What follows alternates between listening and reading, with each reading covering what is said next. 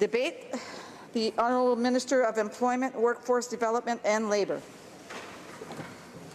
Thank you, Madam Speaker. Merci, Madame la Présidente. I'm pleased to join this important debate and talk about Bill C-4.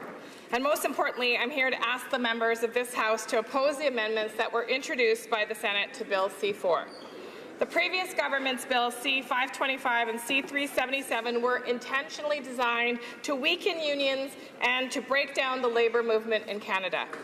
In particular, Bill C-525 has made it more difficult for Canadian workers to unionize and gives a significant advantage to the employer. By rejecting the Senate amendments, we can restore healthy labour relations between government, employers and unions. Our government believes that a healthy labour relationship leads to a thriving middle class and a strong economy. In 2015, Canadians were clear in their message that they wanted a government that values fairness, transparency and collaboration. And they were clear that they wanted a government that puts the well-being of Canadians first. And the commitments that we made to Canadians, including working hard to restore trust in public institutions, including Parliament, by working with greater openness and transparency, by promoting more open and free votes, and reforming and strengthening committees. During the campaign, we also talked about the need to grow the middle class to ensure stable lives and income for Canadians. And we talked about the history and the value of organized labour in ensuring these goals. We committed to restoring a fair and balanced approach to labour relations, and Bill C-4 is an integral piece of doing just that. Madame la Présidente, il est nécessaire de rétablir. It is necessary to restore a fair and balanced approach to labour relations and to employees and employers. To do so, we must support Bill C-4. And values unions and their workers, and we know that employers do too. Both employers and unions play a critical role in ensuring that workers receive decent wages and are treated fairly in safe, healthy work environments. And it is our labour laws that help ensure that there is a balance between the rights of unions and the rights of employers. Bill C-4, in its original form, is emblematic of our values and guiding principles. Bill C-4 proposed to repeal amendments enacted by Bill C-525 and Bill C-377, which were introduced by the previous government. Madame la Présidente, je tiens à rappeler à cette Chambre qui... I wish to remind this House that in its original form, Bill C-4 intended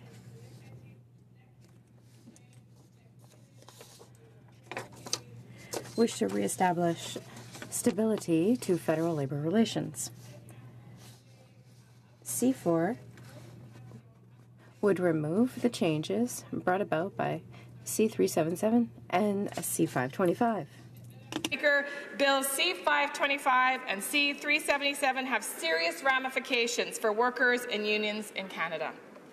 Bill C-4 proposes to return to the card check certification system that was in place before the introduction of C-525 and also proposes removing the public financial reporting requirements for unions introduced in Bill C-377.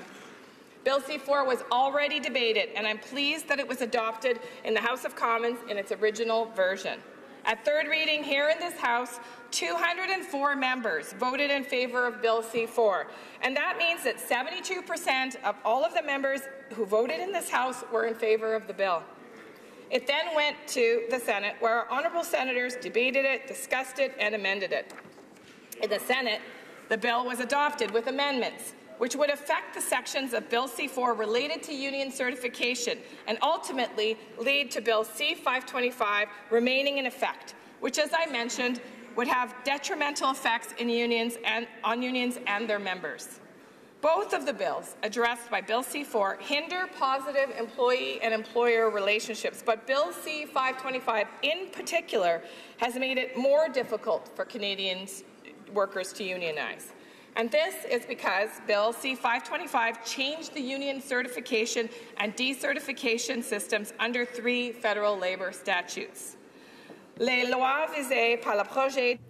The laws that will be amended by Bill C-4 represent obstacles to employer-employee relationships that are positive. However, C-525 complicated the lives of Canadians that wish to unionize. Actually makes it harder for unions to be certified as collective bargaining agents and made it easier for a bargaining agent to be decertified. Prior to the amendments enacted through Bill C-525, federally regulated unions could use what was called a card check system for certification. If a union demonstrated that 50% plus 1% of workers had signed cards, union cards, the union could be certified as the bargaining agent for those workers. A vote was only required if less than a majority signed, but enough to indicate a strong interest, 35% under the Labour Code, for example, less than 35% under the Labour Code. Bill C-525 changed that to require that unions show at least 40% membership support before holding a secret ballot vote, and to require a vote even when more than 50% of workers had signed union membership cards.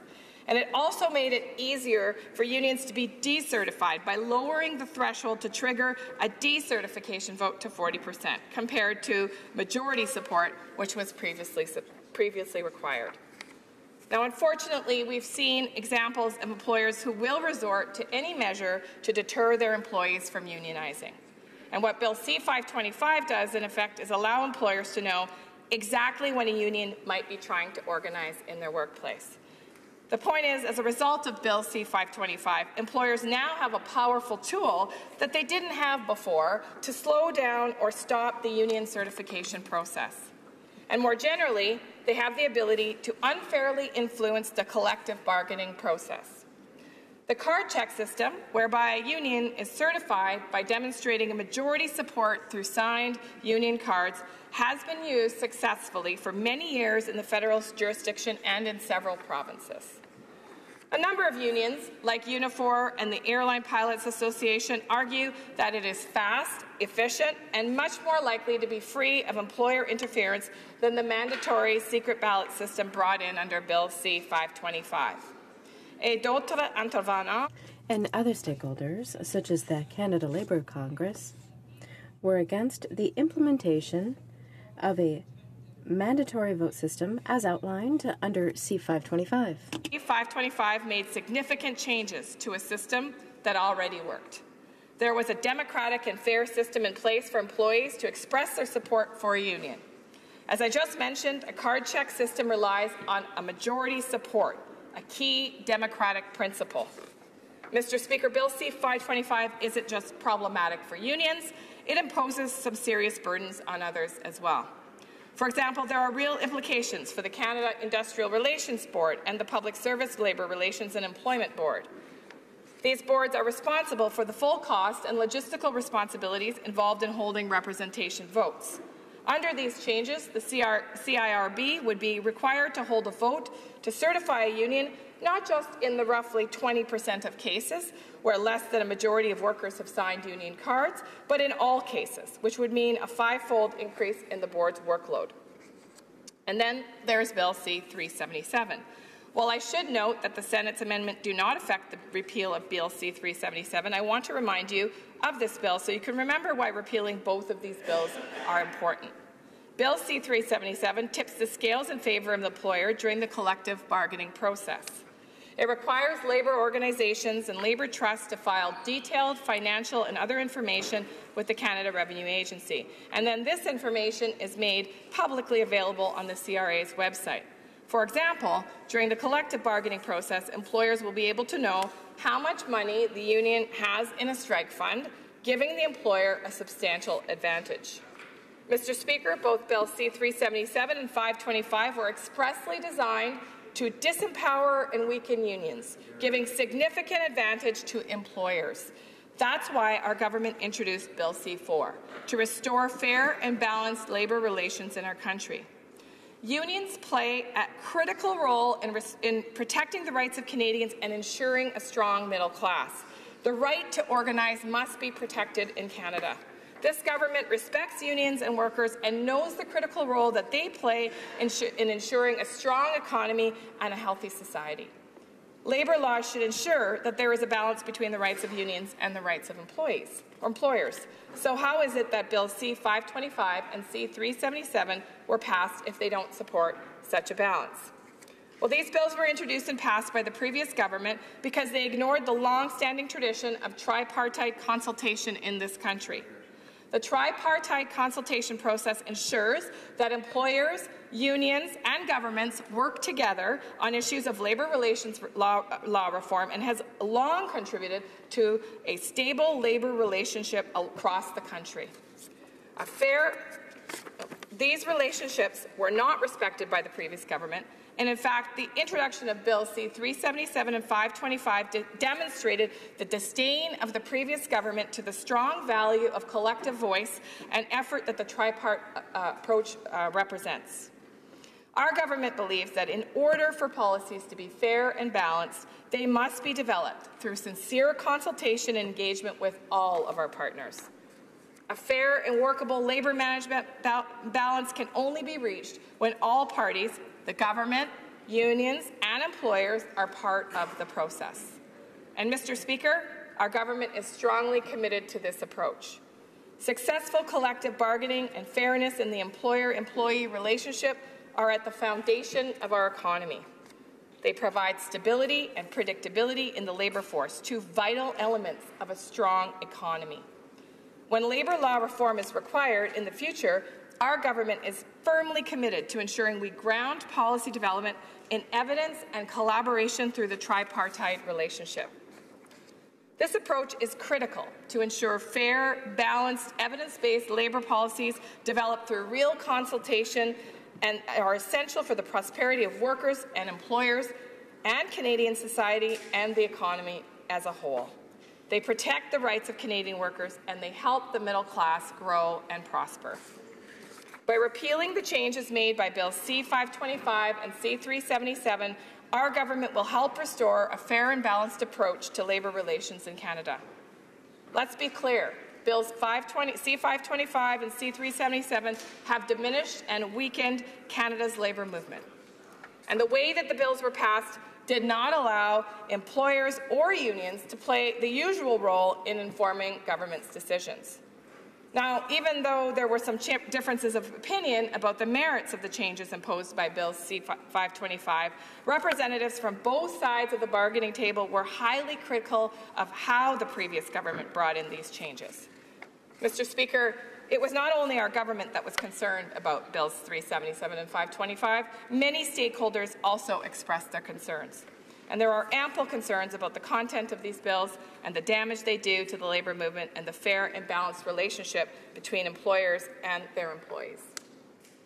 But as I've reminded all members, it's just as important to address how these changes came to pass. Employers and unions were not given the chance to help inform the previous government's decisions. It's no surprise that when policies are developed without proper consultation, as was the case with both of these bills, they often end up causing more harm than good.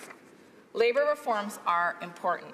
They have wide-ranging implications for workers, for unions, for employers, and for our country, which is why we must give the process of labour law reform the time and respect it deserves, and our government will continue to do so. Successful collective bargaining and fairness in the employer-employee relationship are at the foundation of our economy. They provide stability and predictability in the labour force, two vital elements of a strong economy. They are the basis for good wages and safe working environments, what should be basic rights for all Canadians. And they are the basis for good labour policy that affects millions of working Canadians. Mr. Speaker, the rights of labour unions and the workers they represent are also the rights of Canadians. As elected officials, we have a responsibility to protect those rights. We need to make sure that labour policy works in the best interest of Canadians. Madam Speaker, Bills C-525 and C-377 cause real harm and don't represent a positive contribution to labour relations in Canada. We need to continue working to ensure we uphold the tripartite consultation process between employers, unions, and governments. By working together on issues of labour relations law reform, we will continue to have a strong and stable relations across the country. By opposing the Senate amendments, we can restore fair and balanced labour relations in our country, which contribute to a thriving middle class and a strong economy. Nous croyons que pour assurer... We believe that to ensure fairness and balance, the proposed amendments should be rejected by this House. To oppose the amendments introduced to Bill C-4 in the Senate and give labour relations the respect it deserves. Thank you, Madam Speaker. Merci, Madame la Présidente. Questions?